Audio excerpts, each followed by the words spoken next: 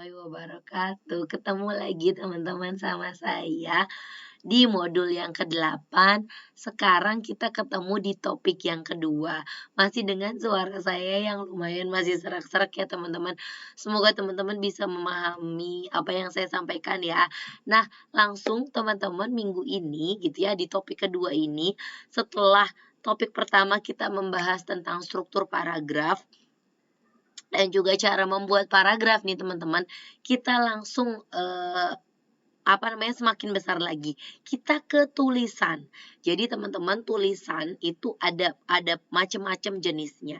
Dan sebelum kita menulis gitu ya, sebelum kita menentukan mau menulis apa, ini kita tuh kan harus menentukan dulu gitu ya, apa sih sebenarnya yang mau kita tulis. Nah ini biasanya kita kenalan dengan yang namanya si jenis tulisan.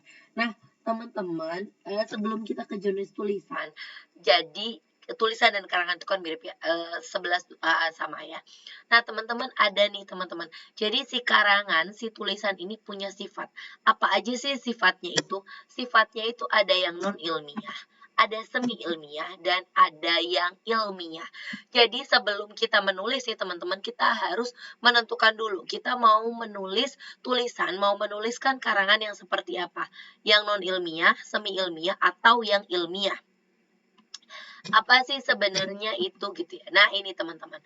Kalau yang non ilmiah ya, ciri-cirinya nih. Kalau yang non ilmiah itu tidak terikat oleh aturan bahasa baku, jadi bahasanya bebas.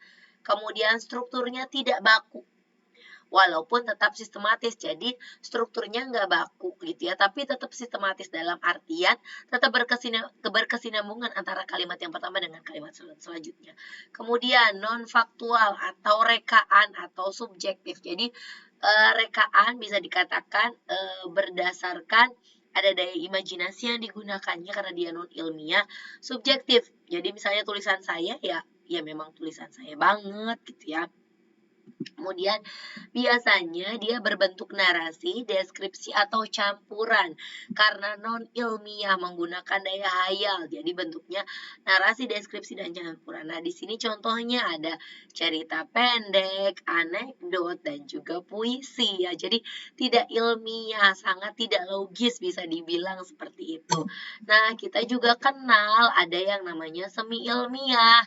Kalau semi ilmiah apa? Ini ciri-cirinya menghindari istilah-istilah teknis dan menggantinya dengan istilah umum. Jadi sebenarnya ini lebih masuk di logika dan lebih rasional dibanding tulisan non ilmiah. Tapi supaya dia tidak ilmiah banget gitu ya, maka tulisan istilah-istilahnya itu diganti supaya si pembaca lebih mengenal. Strukturnya tidak baku sama seperti sebelumnya, tapi uh, uh, apa tapi tetap sistematis.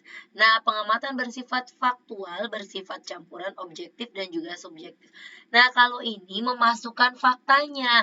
Kalau non ilmiah itu kan sama sekali tidak ada fakta ya bisa dibilang. Nah, kalau semi ilmiah ini memasukkan faktanya, teman-teman.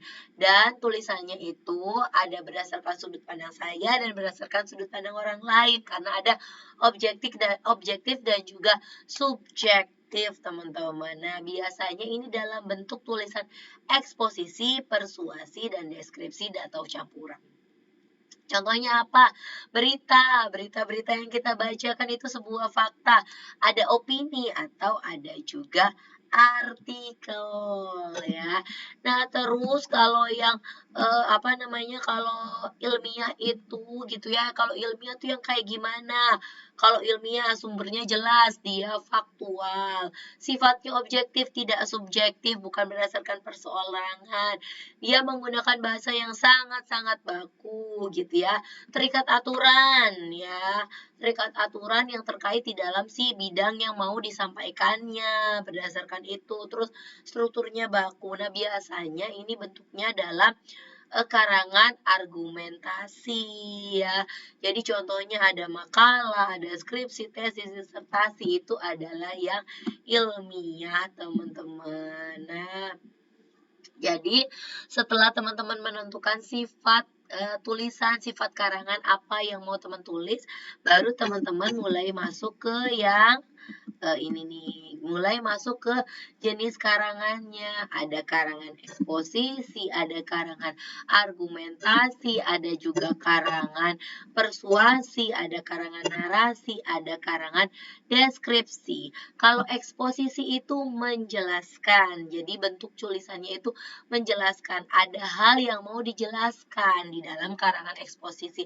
Kalau argumentasi itu penulis mengutarakan idenya dan diharapkan si pembaca itu menyetujui gitu ya, idenya, pokok pemikirannya itu kalau argumentasi. Kalau persuasi bentuknya adalah sebuah ajakan dari penulis, mau ngajakin apa gitu ya, ada bentuk ajakan. Nah, kalau narasi ini menggunakan bentuknya cerita-cerita, banyak menggunakan daya hayal yaitu imajinatif. Kalau deskripsi ini sebagai sebuah penggambaran teman-teman. Jadi gambaran tentang sesuatu hal, tentang sesuatu objek ya. Itu.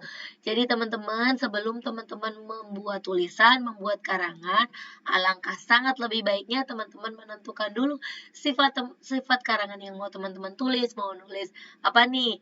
Non ilmiah, semi ilmiah atau ilmiah sekalian gitu ya. Dan juga menentukan juga jenis-jenisnya, mau bentuk eksposisi, narasi, deskriptif gitu ya, atau argumentatif gitu ya. Silakan teman-teman ditentukan. Selesai teman-teman itu tentang sifat dan juga jenis karangan. Semoga teman-teman bisa memahami topik yang ini. Semoga bermanfaat. Kita ketemu lagi di video selanjutnya. Jangan lupa menyaksikan video lain yang saya rekomendasikan supaya teman-teman lebih memahami, dan jangan lupa menyelesaikan tes online-nya. Assalamualaikum warahmatullahi wabarakatuh. Ketemu lagi di video selanjutnya. Bye-bye.